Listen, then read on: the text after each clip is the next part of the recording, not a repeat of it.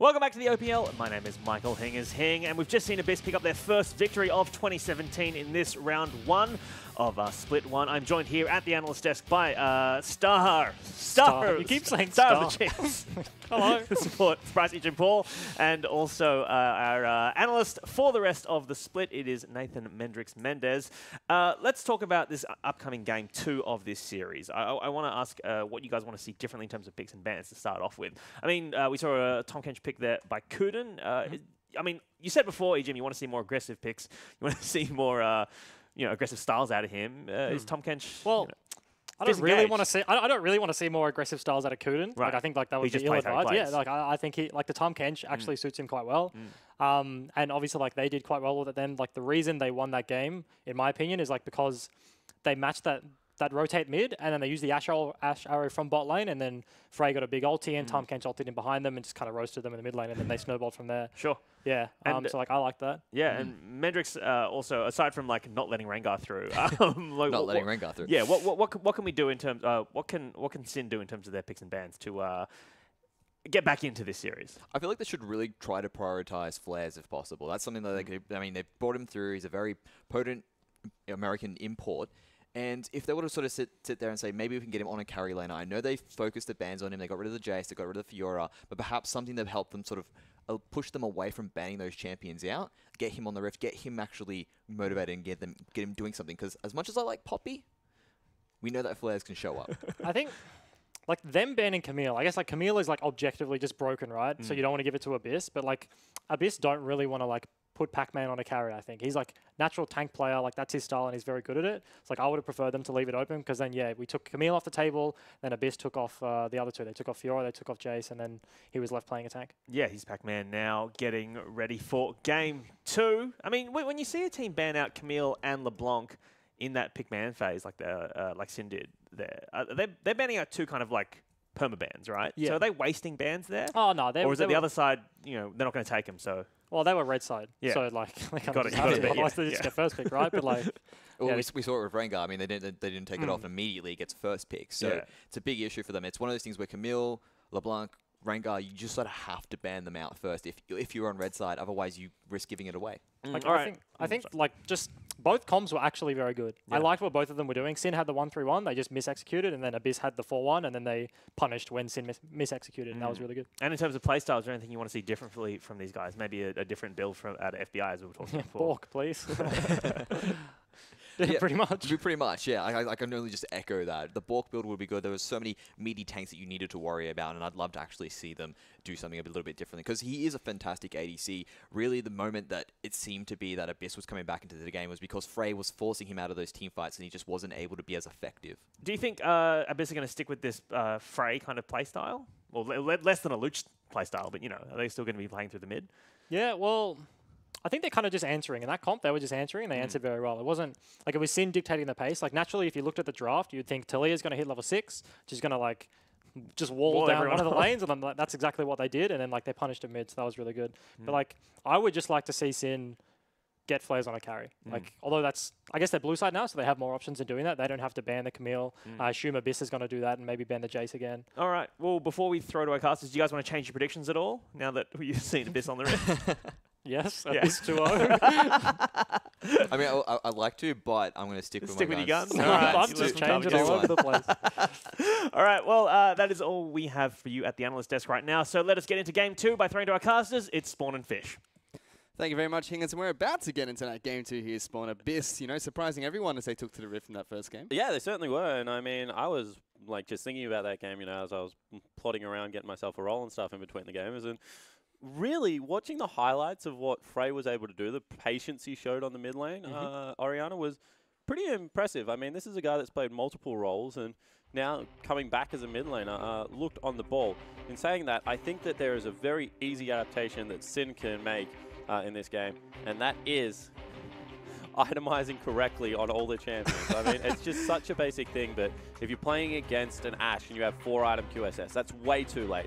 If you're playing against meaty frontliners and you're a Varus, you really don't need to go for a big crit build. And I think that, even Jews probably needed to go pure tank earlier. So it's just a couple of those little things. They need to be able to establish a front line. They need to be able to protect FBI. if they have a chance in this game. They did show their prowess so very early on into the match against Abyss.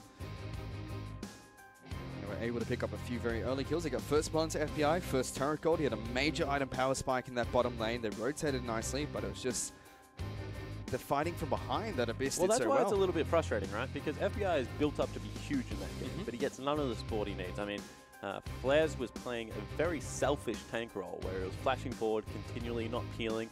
I've been there. I've had top laners and junglers that have just, refused to peel for their carries. And, that can be frustrating, especially when you're the person that has all the gold, all the items, and should be able to take it. Oh, as the camera's on our players now, no one can just see that Spawn is giving me the death stare as he gives this monologue of those top laners and junglers.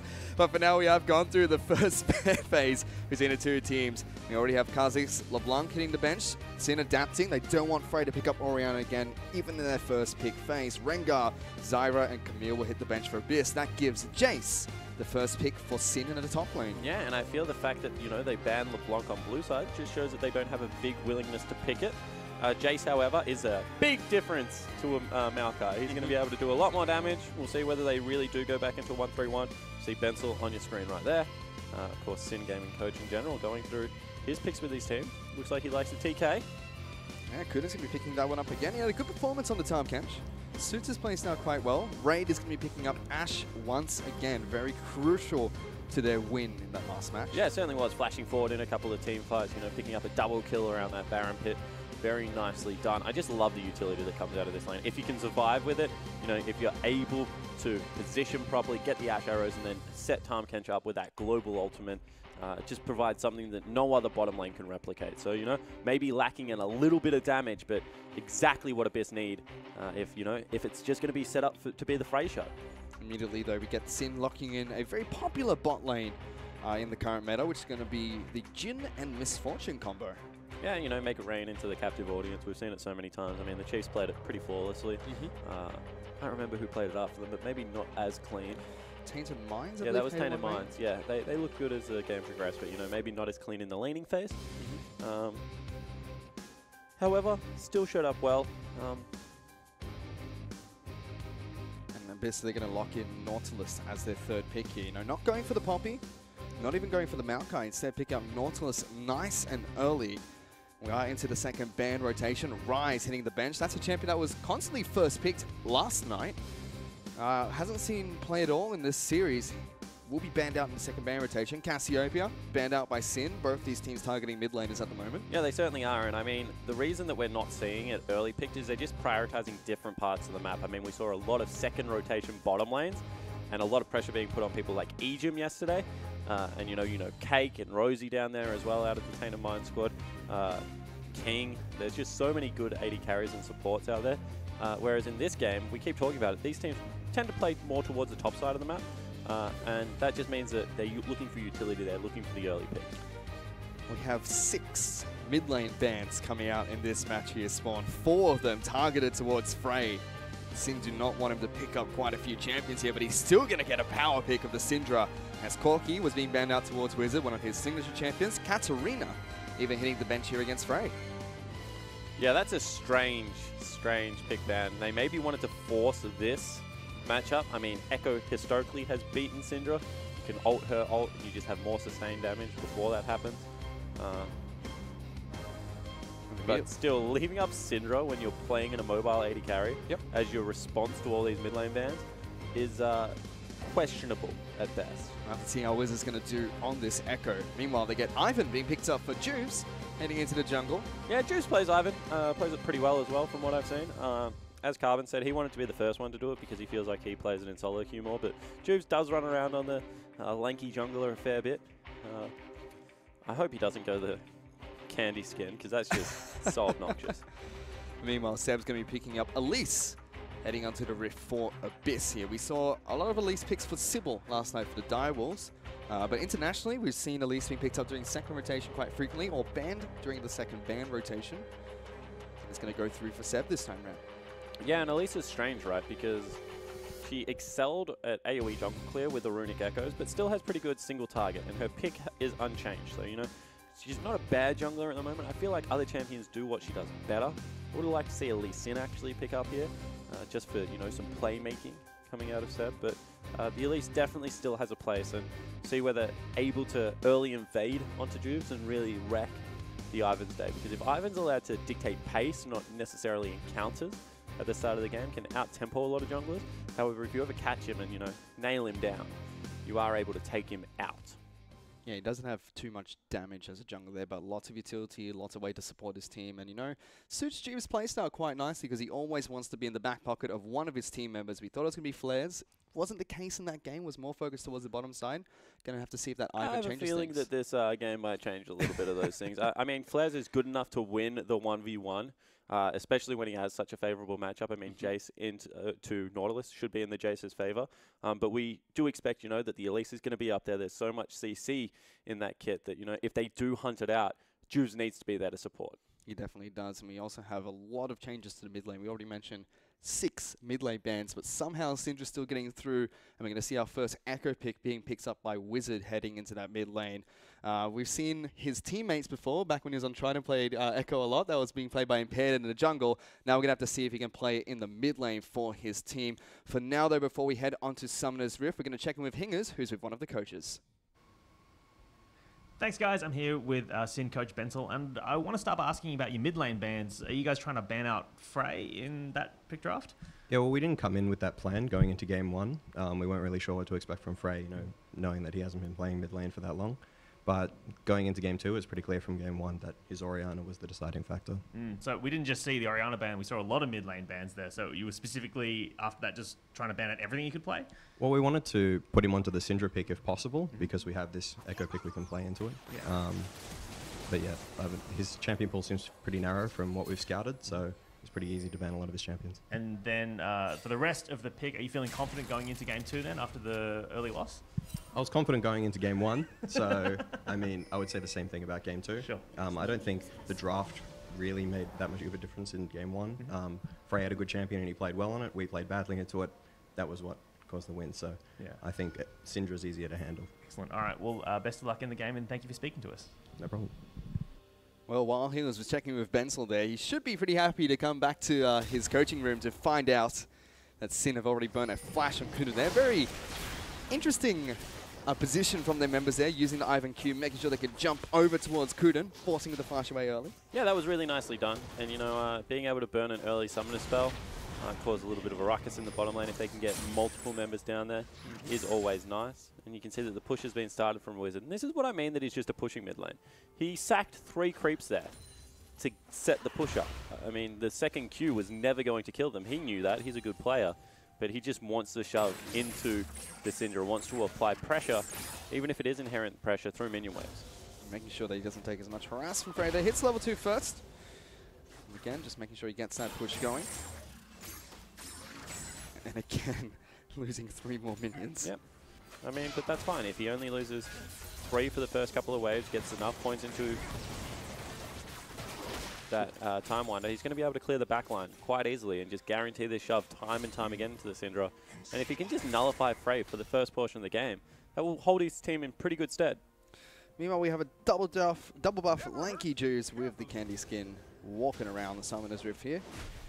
He took his 2 buffs, took down walls, and immediately moved towards the top side of the map. His Raptors are ready to be cleared up as well, so he's heading back down there. Going to talk with the Scuttle Crab for a bit too. Make sure he picks up the extra vision for his team. We are going to check in with the bottom lane once again. We've seen both these lanes quite common in the current meta. The Jhin Ashe very good at poking, very good at pushing out, and have a deadly surprise combo with the Make It Rain into the captive audience. As always, the Tahm Kench lane has been playing quite a bit internationally. A little bit lackluster early, but for now, Wizard might be in a bit of trouble as Seb creeping up right behind him. He does have Juves here as well, and a teleport actually going to be cancelled. And that's huge, because as a carry top laner, you need to be able to get your first TP, come back with items to be able to go toe-to-toe with the tanks. Because he has the shove, might be a little bit better, but if he dies in this lane now, he's going to be denied so much. Seb's actually going to try and get the wraparound onto Flares here, but does have a ward sitting inside that brush. Throws out the shockwave. Will get locked down by the cocoon. Flares might regret this decision, but he still wants to go toe-to-toe. Goes in the hammer form, lands the hammer down, and immediately runs away. Yeah, chunks him out there. Make sure that if he does return for the gank, that Seb's going to be at like sub 50% health. So I like the call. It's a pretty brave call, honestly, because you have to be able to read the jungle, the top lane well. Make sure he's not going to, do anything crazy like flash on you. But shouldn't be a problem. Still going to be able to pick up a lot of the CS and extend this lead over Pac-Man. Pac-Man did shove out the wave there and use that time to head back to base. Flair is going to try and get as much mana back as possible by farming in his hammer form. Moving back down into the bottom lane here. A slight advantage for FBI, but Raid and Guden are holding on quite nicely. And Juves is just still lankily strolling around the jungle. Yeah, it certainly is, and this is what we saw game one, advantages in CS in every lane, but when it came to team fighting, Abyss Esports just had their measure. So, see whether the trend continues. I think Frey got a Flame Horizon last game over Wizard as well. Just quietly accrued a big CS total, doing his best Luch impression. Wizard still sacking quite a bit of CS in this mid lane. Yeah, but now it's not really excusable, right? I mean, at the start of the game, you understand why he's doing it. He wants to have the shove. He wants to be able to get like that implied pressure and be able to help out his jungle if, Ivan runs into any trouble. But right now, he should be able to just clear both the waves, and hasn't been able to do it. Seb's coming in right behind Wizard, though. Thunderlords is going to proc coming out from Frey. Cocoon goes way wide from Seb, expecting a flash from Wizard.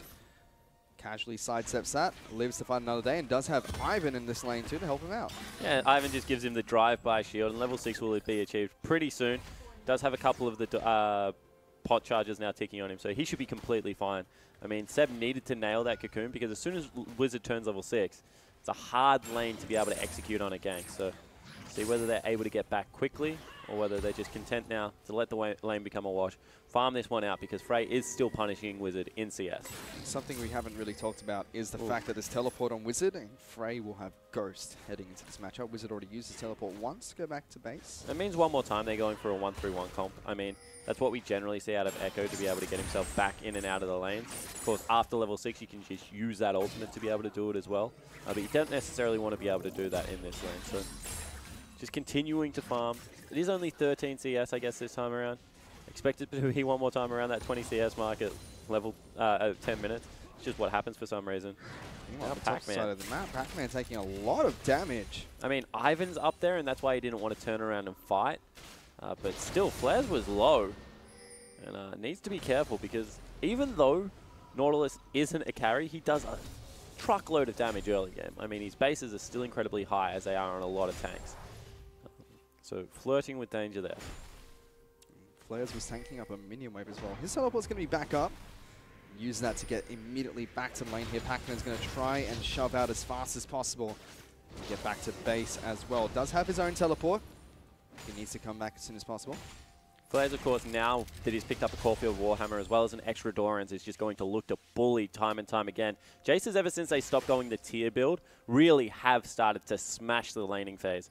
And he's up quite substantially. I like the boots to pick up, however, out of Pac-Man. Against Jace, especially when he uses that hypercharge W in his hammer form to get all that extra attack speed, he starts hitting you quite quickly.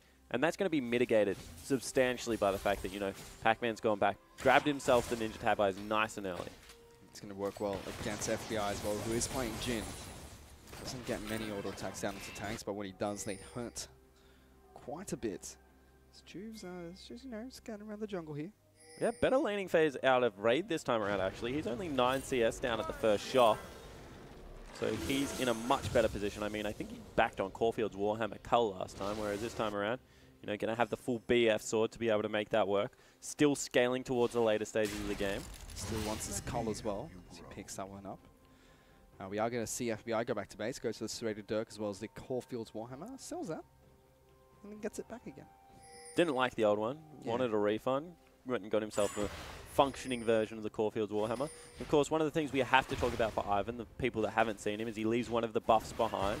So not only do you get a buff, he gets a buff, everyone gets a buff fish. It's pretty much Oprah of the jungle. Yeah, it certainly is. And that's really handy if you've got to carry top lane, because all of a sudden now you've got a Jace running around, freezing the wave with a red buff. And Juves even makes his presence felt on the top side of the map, running towards Pac-Man, forcing him to use that hook to get back to safety. Seb now looking to see if he can get down in towards the bottom lane. Arrow is available for Raid. They just cleared out the wards. don't know that Elise is here, but they definitely suspect so. Rogue now going to get locked down. Arrow's going to come through, and they just delete the misfortune. Seb picks up first blood. Perfect layering of CC. They guarantee the slow before the cocoon hits and then into the arrow. So very nicely done there out of Abyss. FBI is just going to use the ultimate to clear out the minion wave. That's quite smart. Wants to be able to ensure that they don't get the first turret blood from it. However, still going to lead them to a dragon, and a pretty potent early game this time coming out from Abyss. And there's a mountain dragon as well, a crucial dragon to be picking up. Seb and Cruden will work on taking that with one down as Raid continues to farm in that bottom lane. They didn't get off to a great start in game one, but they did pick up the victory. This time around doing really well. Meanwhile, in the top lane though, it's going to be Flares and Wizard who coordinate together to pick up a kill. Yeah, so really nicely done there. I mean, they're able to hit back with a kill, but what are they sacrificing? Because right now, we said it'll be about 20 CS at 10 minutes. He's down 40 fish, and that is going to become a problem sooner or later. Certainly is, but as Wizard always does, he gets a kill somewhere else in the map spot. Yeah, it certainly does. So as we have a look at this one, I mean, they're able to get the stun zone down. They juggle Turret aggro very nicely. Les has to flash out at the end, but never really in doubt. And that's a lot of pressure now over to Sin Gaming because their top laner is pretty big. Goes towards what's going to be a more of Malmortius as his first item. Should be able to withstand the burst from what is a pure magic damage side of the top side of the map. And again, they've gone for the Nautilus pickup in the top lane, opting not to go for the Maokai or the Poppy or the Singe. Instead of valuing this Nautilus on the top side of the map. Flares is trying to punish him as much as possible. Does have a nice CS advantage. And in fact, Abyss, they want to rotate their lanes around. They don't want Pac-Man to go up against Flares anymore. Yeah, exactly right. I mean, when he comes back with the Maul, he's just going to be a little bit too tanky to deal with healthily. They wanted to get a quick rotation and see if they could push down a turret instead.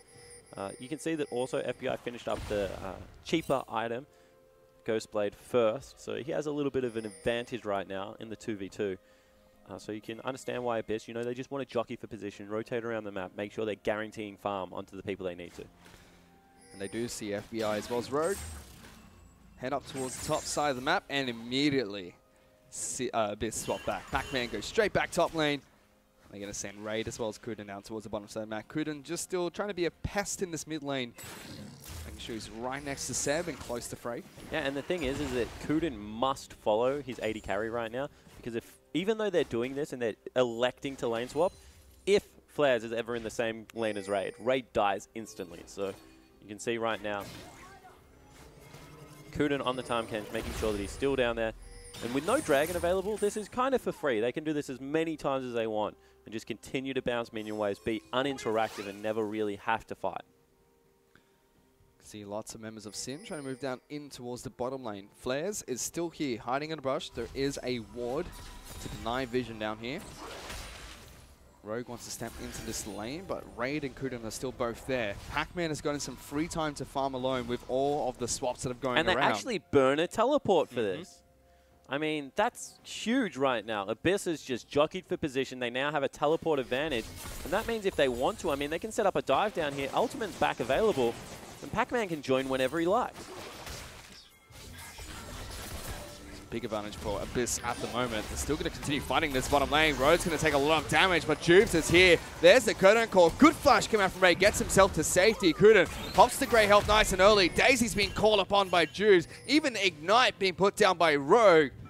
But Abyss, they're able to flash out and get away from the counter. Yeah, that was a 2v3. And meanwhile, in the mid lane, you can see that the CS is still there.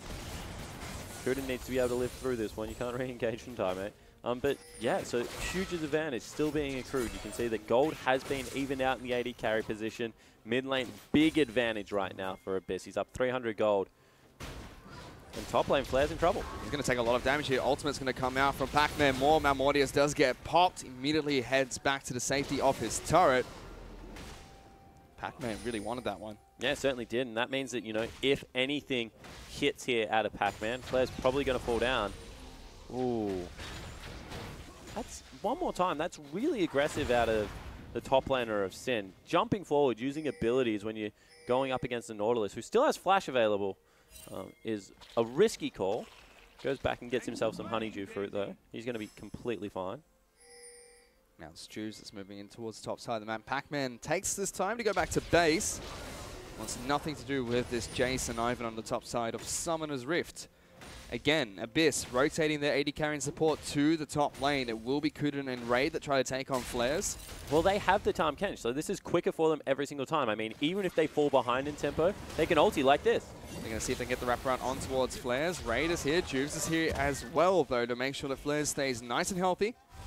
And again, rotations coming out from Abyss. Force Sin to send their support and AD carry all the way towards the top side of the map. And again, allow Pac-Man that free lane of farm. Yeah, it's still going well for them. They catch Wizard going top. They do want the fight here. They're going to go for it. Juves is going to get locked down. Ray gets eaten up by Kuden. He's trying to get to the safety of his turret. Spits Raid up before he gets stunned. Now, a teleport's going to be coming in for Abyss. Pac-Man is in amongst it. Flares gets locked down. Big bullet time comes out. Raid and Seb tank up the entire duration, but it's still going for the fight. They've already taken down the carry top laner, and now here comes Frey. Big ultimate comes out. Rogue's going to fall. There goes the Wizard. He's back in and gets a double kill. Still trying to go toe-to-toe. Pac-Man taking damage left, right, and center. Frey's been locked out. Big hook comes out from Pac-Man as he gets a return kill. The River Wizard will fall, and FBI, he's chasing them down. He shows them his badge, throws out the crit, and he's still reloading his revolver and can't quite get enough damage. Good dodge from Pac-Man to live. Yeah, really nicely played out of both teams there. It looked like with the arrival of Frey, they were going to be able to clean up that fight, but a huge ulti from Wizard on the back end means they're in a position now to maybe push down this turret, although FBI needs to be careful. Pac-Man still going to stay up here, making sure he can continue to farm. Seb wanted to wrap around, wanted to see if he can lock down FBI. But Abyss played that fight pretty brilliantly. It was Wizard that really saved the day for Cindo and made sure it wasn't an absolute disaster. Yeah, it certainly was. I mean, that fight could have been so much worse. As we take another look at it, I mean, this is all started up because Flares hasn't gone back and shot. They force it, and a huge MF ulti starts it all up, but unfortunately Flares falls down. And then this is where Frey comes in. Big stun. Everyone burns flashes to get away, and they're not really tracking the ghost of Wizard, who's able to go back and pick up an instant double. Flashes in here to stun up Frey as well, and the return damage in the execute is just so strong. He will eventually fall down, but if it wasn't for those heroics, that would have been a completely different story. Meanwhile, they're going for a fight once again. Flares as well as Juice up against Seb, Raid, and Kuden. Kuden's going to save the life of his jungler. Big flash over the fat part of the wall from Flares to get himself back to safety. Juicer does get locked down. Huge shockwave blast coming out from the Jace there to pick up a kill in the back line, sniping off Seb as they tried to chase down Juice. Yeah, and they wanted the fight. It was actually uneven numbers with Abyss having more members, and Flare's damage is really ramping up right now. They lose the turret top lane, they lose the team fight, and Sin have regained the gold lead. It's 17 minutes in. This has given FBI some free time alone up in the top lane, getting chip damage onto the top lane inner turret. Wizard and Rogue in the mid lane here trying to see if they can chip away at this turret. Wizard going to take up a few shots and won't get any damage down. He's got a Sheen, so if he's left alone with these turrets, he'll be able to cut them down pretty fast. Yeah, I mean, Proto Belt into the Lich Bane is a really nice build at the moment. You can see lots of brushes built in the bottom lane. They've taken down that turret. And this is really Sin starting to flex their muscle. Now they have the 1-3-1 advantage because what was a pretty much 30 to 40 CS down Echo in the mid lane, picked up a triple kill. He's sitting very pretty at this stage of the game. Flares, who looked like he was struggling, just picked up a kill with a shock blast in the bottom lane as well and got some turret gold. So they're going back and they really do have the items to be able to challenge Abyss Esports now. And again, as always, Wizard, none of these kills that he's picked up have been in that mid lane. All of them on other sides of the map. FBI has now moved into the mid lane himself. There's a turret advantage for Sin. They've taken out 2 outer turrets in the game, yet to be a turret taken by Abyss. He kind of reminds me of your man, Westor. You know, Westor was this very famous mid laner from Taiwan that wasn't the greatest laner, Fish. Let's be frank. No. Falls down massively in CS, but always was on one of the better teams over there. Because he was a good assassin player and was able to team fight and get kills. Yep, and he always had his pocket Twisted Fate pick to make sure he can go somewhere else in the map and help everyone else out. PK heading into the top lane, Flares in some trouble. Yep, Kuden's going to come up here. Exhaust is going to go down as well as the arrow on top of that. Raid comes in to throw out the final volley to pick up the kill. Mid lane, Frey's in some trouble though. He's burnt Summoners. He's trying to run away. Juice can't connect with the snare. Rogue going to take a little bit of damage here as Frey tries to turn around and see if he can get the assassination off onto one of their members. Sin looking to siege the mid lane outer turret. Kuden trying to wrap around, and the rest of the team do group up to save the day. Yeah, so with those brushes, they're able to guarantee their retreat. You can see that it's actually Seb that's responding to the 1-3-1 at the moment. Probably is the second strongest member of the team when you look down at the values.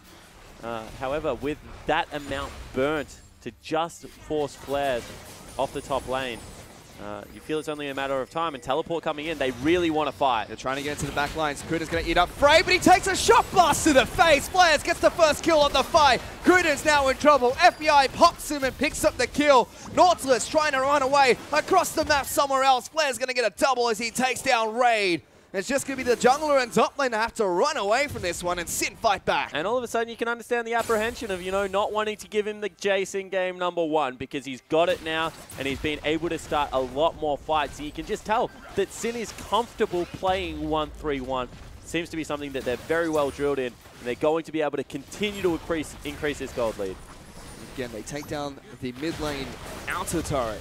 Pushing down the mid lane inner turret as well against Abyss. 4 turrets to none in favor of Sin. They've got a 3,000 goal lead off of the back of that last fight. Yeah, they certainly do. As we take another look at it, I mean, it was a deep teleport. He lines him up and absolutely smashes him into the instant double pretty much here.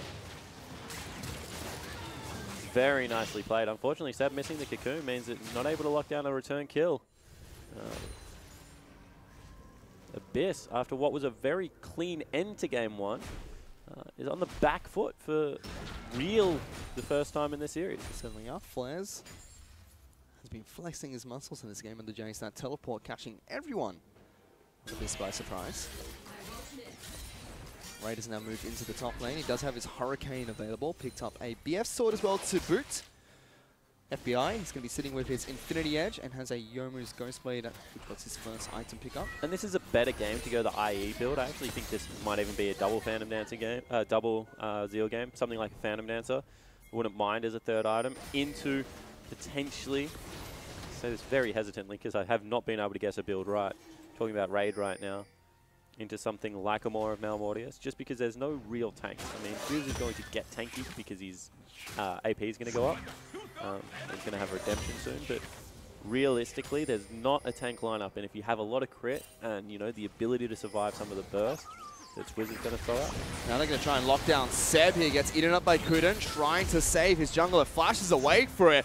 The bouncing grenade almost knocks him out. Jude's going to take a lot of damage, but Daisy's on top of Raid. Big acceleration game. Shock Blast combo comes out from Flares, making sure the Raid stays nice and low. Again, Sin looking for pick after pick. Yeah, they certainly are, and they've been able to find quite a few. Wizards still not able to go toe-to-toe right now with Pac-Man, although it has caught up in CS, being in that side lane. They've guaranteed him a lot of farm. And Frey has definitely not been as instrumental in this game as he was in the first victory. We heard from the coach earlier, they identified that Frey's Orianna was the winning factor for Abyss in that last match. Banded out nice and early, made sure he couldn't get his hands on that champion again, forcing him to play this Syndra. And you could hear potentially a little bit of frustration out of Benzel because of that. I mean, he felt like his team should have been able to deal with the Orianna, but we're just obviously losing track of the ball.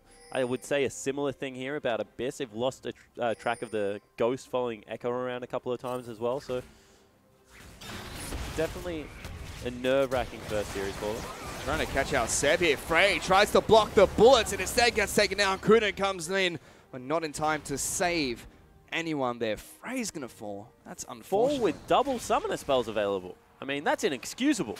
That should never happen in professional play. And right now you can see that Abyss starting to crumble a little bit under the pressure that Sin is able to put out in every single lane. This 1-3-1, teleport's both going to be re-available soon, has really got its claws set in and is giving them gold everywhere across the map.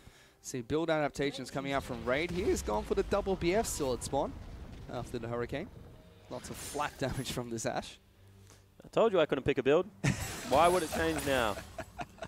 I mean, that probably means that he's going to go Essence Reaver into IE and still go a utility-focused build, but it's an interesting one. The old double BF sword. Mathematically, it makes sense. Slot efficiency, not so high. Meanwhile, Frey has completed his Landry's Torment on Syndra. Some magic penetration, flat magic penetration for the Burst champion in mid lane to go. That Morale Nubcon and Sork Boots. Wizard wants to be able to pick up his Zhonya's Hourglass as soon as he possibly can and double Quicksilver Sash on the side of Sin. Flares and FBI both picking up nice and early in this game. And I was talking to Swiffer about Leandry's tournament. We feel it's kind of in a similar place to where Abyssal Scepter was when it was first coming back into the meta. You know, we feel it gives a good amount of flat penetration. The burn's really nice. And because Rylaz has been taken away from a lot of these users, the fact that it gives them HP is really good. So it helps you against AD users. Of course, if you're playing against heavy AP, still probably Abyssal's going to be a better item, but you know, if there is a mixed damage there, it's nice to be able to have it. Pac-Man in a little bit of trouble here, going to get locked down. Rogue and Wizard help FBI to get the four-curtain call shots off to take down the tanky man for Abyss. I don't want to know what a lot of trouble looks like if that's a little bit of trouble, because really, that was pedestrian. They were able to pick up a kill. Wizard's playing out of his mind this time around on the Echo, going to be able to catch up in CS. I mean, 3-1 and 3, a much better performance this time around. And you can see there is no response right now out of the Abyss Esports lineup. Move straight towards the bot lane inhibitor turret. 4 members of Abyss trying to do whatever they can to defend this one, but they've got no tanky members left available. Ash Arrow comes out looking for flares. He'll be able to sidestep that one. Seb trying to do what he can to clear out the waves, using the Hextech Protobelt to do that as well. Brush has been set up by Juice. He's going to get tongue lashed by Kuden, but they're just sieging wave after wave. But the one way they could start a team fight is now on cooldown. They don't have the Ash Arrow, which means that defending this becomes very dangerous. Pac-Man will respawn and come back, but the shockwaves, Shock Blast into the continual poke out of Jhin really is starting to take a toll. Raid's going to be taken down. Last of the farm in that mid lane as Abyss hold on to the fight another day. 5,000 gold behind Sin. Sin, they really want to bring this one to game 3. Abyss fighting here. See if they can pick up all 3 points in this best of 3 series. And now we have to ask, how is Sin going to close out this game? Because they've got a meaningful lead. It's 5,000 gold.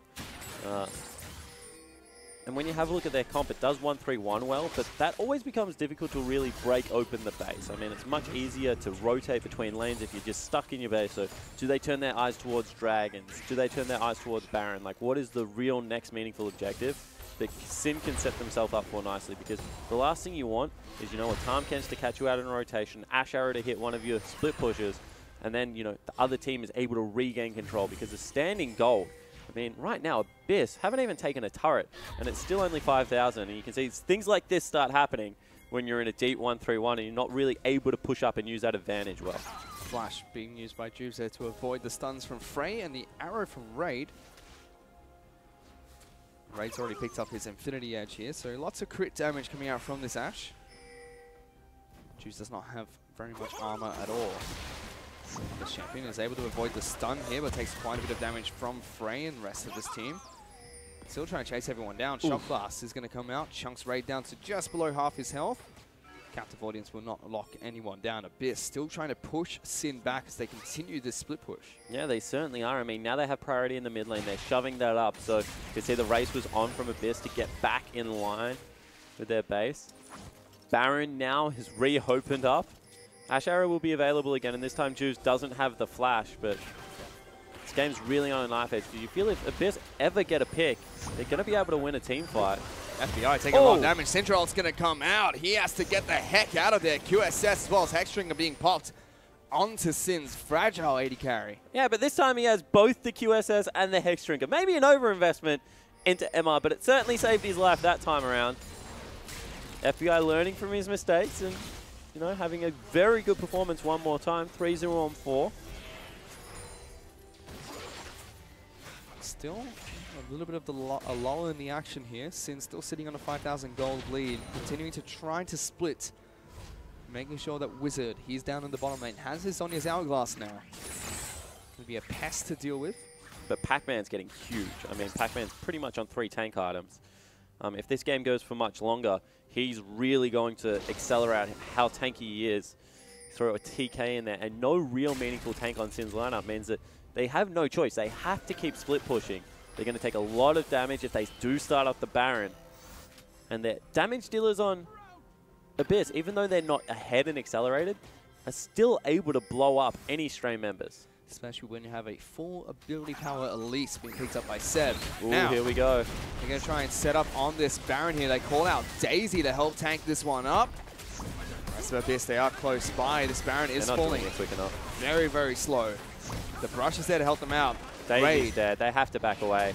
I mean, the idea is right, but the fact that they're not doing with split pushing, this is big. Here come the teleports. Ash Arrow's not going to connect. Flares is kiting back nicely. Big Misfortune ult's going to come out. Redemption from Juice. Keep them alive. Pac-Man's in amongst it. Throws out the ultimate. Seb's trying to cut them off, but Pac-Man looks like he's going to be the first one to fall. Meanwhile, in the back lines, Wizard, he's going to pop the Zonyas and get the ultimate down. Abyss are now running for their lives. Seb has to flash out. He's going to be chased down by Wizard. Blinking health bars by everyone else on Abyss, and they're going to move back straight for the Baron. And I don't understand why Pac-Man committed to the teleport. They had already forced them off. Instead, they're now going to lose the Baron. What a turn out of Sin. Able to isolate the right targets and get what they were finally looking for. Lots of big whiffs on abilities coming out from Abyss as well. Not able to lock any one member down. Flares narrowly dodges that Ash Arrow. And it will be two big picks as well as the Baron Bot picked up for Sin. Yeah, and he had an insta-QSS. Good Captain Jack on one of the stuns that came out as well. So that was exactly what they needed. I mean, that game was on such a tilting point for so long, and it looked like Abyss finally had slowed down the pace and was starting to get farmed for themselves. However, they just overcommitted. They didn't need to team fight at that stage of the game. Just continue to scale up, continue to get tanky. And overreach and hand slapped out of the cookie jar. Now they're in a real big hole because 1-3-1 with Baron buff, especially when you have short lanes because you haven't been able to take a turret, is nigh impossible to claw back from. And that's now given Sin 8,000 gold in the lead here ahead of Abyss. With that Baron buff, we're going to be able to put in some work and sieging down the final structures, which are all located inside of Abyss's base. Dragon is up. Available to be taken, but just a Cloud Dragon for now. Frey going to try and do what he can to take down blue buff. Looking all out of sorts on this Syndra in this match. Flares in a little bit of trouble. This Pac-Man is going to be moved up into the top lane by Kuden here, but they're not able to lock him down. He immediately starts to push back up once And what that means, I mean, mid lane now under fire. You see the MS walking up, taking shots. The Jim will do a much better job of that. Wizard is in the bottom lane, and they have to fight now. They're going for a fight. There's a flash away coming out from the support Misfortune, but the turret is going to fall. Juice in a lot of trouble. Big Redemption comes out, but he eventually gets taken down. Great FBI locked down. Pac-Man's on top of him, but Wizard's freaking havoc in the back line. Already taken down Raid. Frey's in trouble. Here come Flares, looking to try and get in amongst it. Kuda needs up Wizard, but the Zhonya's Hourglass is used. Still has his ultimate available. Pops that one nice and early, but Flares is the last member alive for Sin. Flashes over the wall, and a big team fight comes out from Abyss. Yeah, Flares is still looking to be aggressive. However, they do open up the base. Maybe the fact that they're going to be... Oh, they even got the inhibitor off the back end of that. So that's huge right now for Sin Gaming. Flares now in a bit of trouble. Pac-Man's here as well. Pops the grey health. Will be locked down by the Syndra. In and up by Kuden. Gets the Jace for dinner and the shutdown. Yeah, that's once again, you know, just a little bit over-aggressive. There's no reason to give away the shutdown. Like, they've not got a turret yet in the game. You can allow a little bit of a luxury to just have a hard reset. Will maybe lead to turret being taken in the mid lane, although Misfortune is already there. And it looks like right now, Abyss just want to use this to reset the map and maybe jockey for some more positioning. However, Sin still looking good, still 6,000 gold in the lead. And that inhibitor take by the creep wave afterwards is a massive factor in how this game will play out. And it means that now no Baron buff for Sin to work with the ace, the late ace coming out from Abyss. They get a Cloud Dragon as a consolation prize. Doesn't matter all that much in this late stage of the game. Mid lane inhibitor turret is slowly regenerating health, but it is very low at the moment. If Sin go for a quick and easy push, that should be taken down. It certainly should be. And it is going to be double Phantom Dancer coming out of Raid, so the BFs are probably more likely to be a Bloodthirster now, you would have to think. I like this Ashe build into squishy targets, so credit to him. I also like the build that's come out of FBI this time around. It's going to be a genuine tank buster, or as much as you can be when you were playing Jhin. And then you've got super support Juves at the moment. Banner of Command picked up, has his redemption. Fiend's Unholy Grail as well being picked up. And Banner's really strange. I mean, they're already a 1-3-1 comp. They don't really need the Banner, but he wants it. You know, generally what Juves wants, he gets. There it is. Big creep. Kind of fits Ivan's MO, hey? Kuden's going in. Abyss, we're hiding in the wings. The arrow's going to come out. Flares gets locked down and stunned up again by Frey. The ultimate will come out. That's a really low Jin. He tries to go back in, but Ray picks up the kill. Redemption's going to come out for Juice and try and keep his team alive, but they've lost their top laner. Wizard gets the assassination on Sam. Raid's going forward, flashing in once again. He's taking down Rogue. Oh my goodness, this Ashe is a monster, but Wizard's still fighting. He's already got a double kill, trying to keep Sin's hopes alive here. Will try to work with his jungler. The only 2 members left. Frey still trying to do what he can. Wizard doesn't get too much health back, and Pac-Man's going to look to try and go back in, but Wizard's done it. He's assassinated Sam, and now Junes has rejoined the fight. What can Pac-Man do? Lots of shields coming out on top of Wizard. He's still going on forward. Pac-Man's trying to do whatever he can, but the Nautilus is just way too slow. Wizard puts his team on the back. That's going to be the game. Wizard has just won the game for Sin. It looked like Raid was going to be able to save it, flashing forward, going aggressive, but then Wizard cleans up the back end of the team fight. Seb's up in 3 seconds, but the Nexus is under fire. It's not going to be enough. Flares is back up as well. He's teleporting to the top lane. Seb trying to do everything he can. He gets Juves, but Wizard's flashed forward. Kuden's here, but it's not going to be enough. And with that team fight, Sin pick up the win. Yeah, really nice play out of Sin. That one must have felt good. You see Juves rubbing the hair of Wizard. He really did have a standout performance. After a messy laning phase, that top lane turnaround really set Sin up for a good game too. River Wizard strikes again here, Spawn. You mentioned Raid in that first game. He was flashing forward aggressively at the right time. He's picking up good picks. It looked like he did the exact same thing there, but no one was watching Wizard as he took down Frey, slowly assassinated member after member from Abyss. Teleported to the base to pick up the win. Yeah, and you know, he just waited for his right moment. He caught up on the side, never really entered the main body of the team fight. And then when members were low, was able to duck in there, you know, use that execute that comes out of the Echo, use such, like, there's so much power in the Echo kit, you know, Zhonya's into ultimate to be able to make sure that you're doing a lot of damage around people standing near you. He really had a standout performance that time around. Flares looked better on the Jace, but his late game decision making was still pretty questionable, to be honest, and Wizard had to clean up a lot of his mistakes. But still, Sin pick up the win there and tie up the series 1-1 against Abyss. Before we get into that final game, we're going to throw it back to the analyst desk. Thank you, Fish. Well, there we go. Sin winning back in that second game. Mendrix and Ejim. Let's talk about what was happening, though, because it felt like they got ahead and then kind of threw it down a couple of times. They took bad team fights. I mean, Mendrix, give us a broad view of that game. So what I felt happened when I was like watching and going through it is Sin Academy again had the same sort of team composition. They had a 1-3-1 team comp, and they weren't playing it right early. They were actually putting the resources down on that bot lane when they shouldn't have been doing it. They were actually given it to Flares when they shouldn't have been, when he was actually just continually to play on the weak side of the map, and they should have just set up that 1-3-1. When they finally did it, they were able to put so much pressure on that's when they actually started to get that big lead, and that's when Flares began to show up. I guess like yes, but then my problem with when they set up the 1-3-1 is they all just like did the classic Sin and they just started funneling mid. Like I don't understand. Like you have an Echo, you have a Jace, and they can just split with side lanes, and then like Abyss, to their credit, like they pulled the trigger on a number of plays that like got them back into the game at certain times, and then like obviously they lost, but like.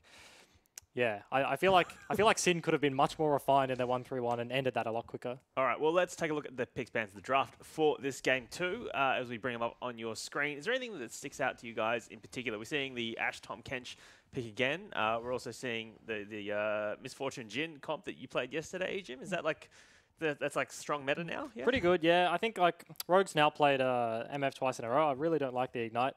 But yeah, MF Jin is quite a strong lane. Like you just hit him with the Make It Rain and then Jin Ws, and then like you can follow up the ulti. It's really long range. The thing about this draft that I really liked, obviously it's a kind of a, because they were on blue side, like Sin were able to get Flares Jace, and I feel like that had quite a big impact on like them winning the game. Yeah, Mendrix, they're banning out a lot of mid laners in that.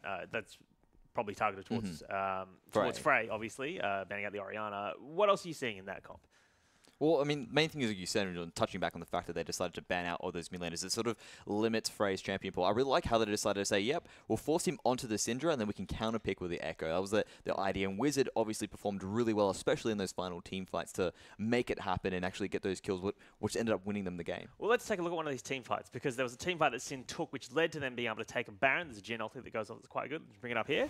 So as you can see in this team fight here, it seems to be just a little bit of a bot execution by Abyss. They jump in, they throw all the execute all of their engaged tools, but all of it seems to be like a domino effect, and then Sin are just able to kite it back and again take the win from that, and that leads to the Baron.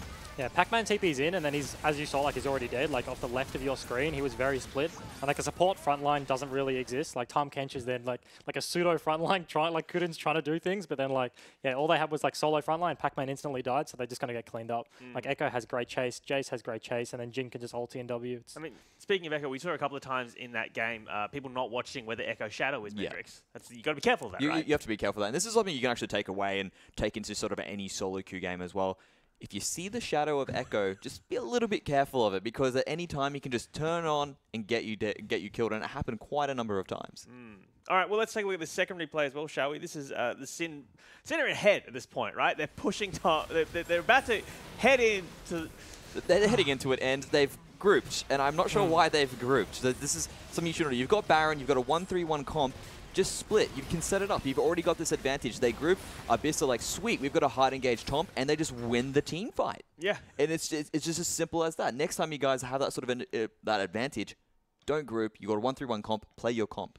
Like I would put it down to like a few things. Like nerves. I think like when you get into like a high stakes game like OPL, all at land now. That situation. Yeah, like Sin has always played like group mid, so like naturally they're gonna do that. But I also think like Sin don't really strike me as like a 1-3-1 team. Like you look at Direwolves yesterday, like they just 1-3-1 against us like every single game, and like we really struggled. And like Sin are kind of like they're just like a brute force sort of team, right?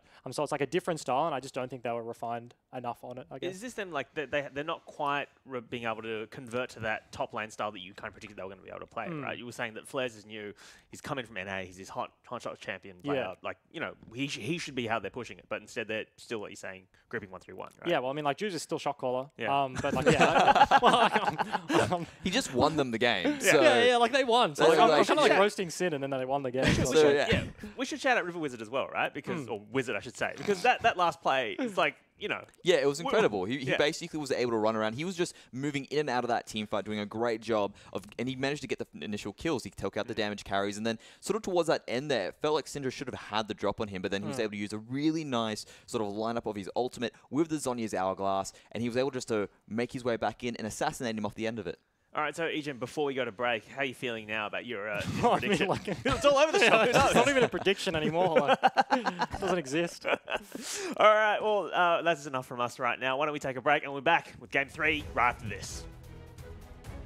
Big ultimate comes out. Rogue's gonna fall. There goes the Wizard. He's back in and gets a double kill. Still trying to go toe to toe. Pac-Man taking damage left, right, and center. Frey's been locked out. Big hook comes out from Pac-Man as he gets a return kill. The River Wizard will fall. And FBI, he's chasing them down. They're trying to get into the back lines. Kuda's gonna eat up Frey, but he takes a shot blast to the face. Flares gets the first kill on the fight. Kuda's now in trouble. FBI pops him and picks up the kill. Nautilus trying to run away. Here come the teleports. Ash Arrow's not going to connect. Flares is kiting back nicely. Big Misfortune ult's going to come out. Redemption from Juice. Keep them alive. Pac-Man's in amongst it. Throws out the ultimate. Seb's trying to cut them off, but Pac-Man looks like he's going to be the first one to fall. Meanwhile, in the back lines, Wizard, he's going to pop the Zhonya's and get the ultimate down. Abyss are now running for their lives. Seb has to flash out. He's going to be chased down by Wizard. The arrow's going to come out. Flares gets locked down and stunned up again by Frey. The ultimate will come out. That's a really low Jin. He tries to go back in, but Ray picks up the kill. Redemption's going to come out for Juice and try and keep his team alive, but they've lost their top laner. Wizard gets the assassination on Seb. Raid's going forward, flashing in once again. He's taking down Rogue. Oh my goodness, this Ash is a monster, but Wizard's still fighting. He's already got a double kill, trying to keep Sin's hopes alive here. Will try to work with his jungler. The only two members left. Frey still trying to do what he can. Wizard doesn't get too much health back, and Pac-Man's going to look to try and go back in, but Wizard's done it. He's assassinated Seb, and now Juice has rejoined the fight. What can Pac-Man do? Lots of shields coming out on top of Wizard. He's still going on forward. Pac-Man's tried to do whatever he can, but the Nautilus is just way too slow.